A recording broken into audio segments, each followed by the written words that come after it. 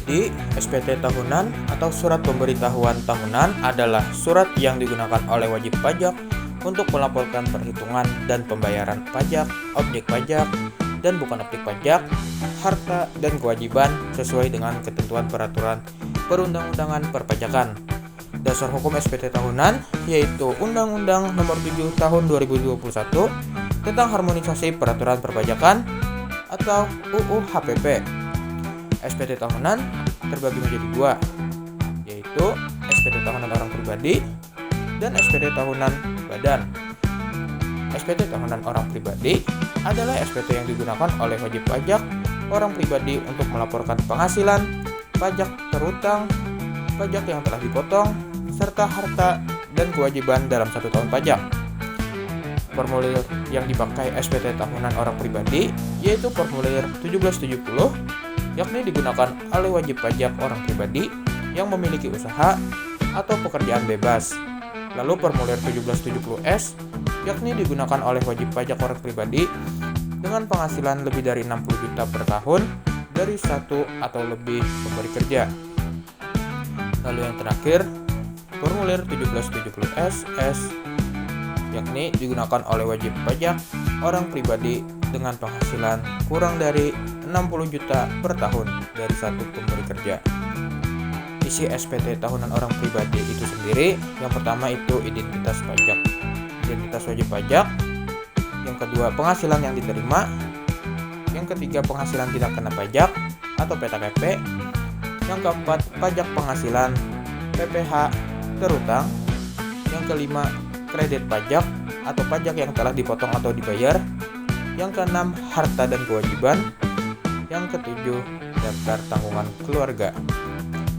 Dan untuk subjek SPT tahunan orang pribadi, yang pertama yaitu pegawai, pengusaha, pekerja bebas seperti dokter, notaris, konsultan, freelance, dan profesi sejenisnya.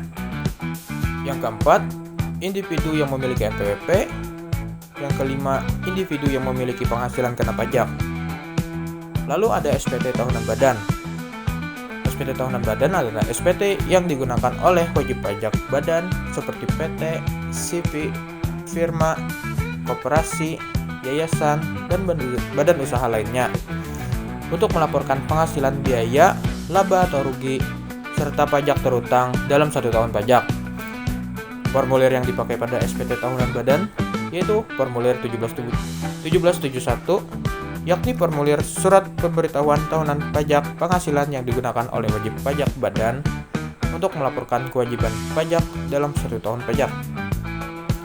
Isi dari SPT tahunan badan itu sendiri terdiri dari 1. Identitas wajib pajak, 2. Laporan keuangan, neraca dan laporan laba rugi, yang ketiga rekonsiliasi fiskal, yang keempat penghasilan kena pajak, yang kelima pajak penghasilan PPh badan terutang, yang keenam kredit pajak seperti PPh pasal 22, 23, 25, dan lain-lain. Yang ketujuh, daftar penyusutan dan amortisasi. Yang delapan, daftar pemegang saham atau pengurus. Subjek SPT tahunan badan yakni 1. Perseroan terbatas atau PT, yang kedua CV, yang ketiga firma, yang keempat koperasi, yang kelima yayasan, yang keenam BUMN atau BUMD, yang ketujuh bentuk usaha tetap atau BUT. Batas pelaporan SPT tahunan orang pribadi dan badan. Untuk SPT tahunan orang pribadi wajib disampaikan paling lambat 31 Maret setelah tahun pajak berakhir.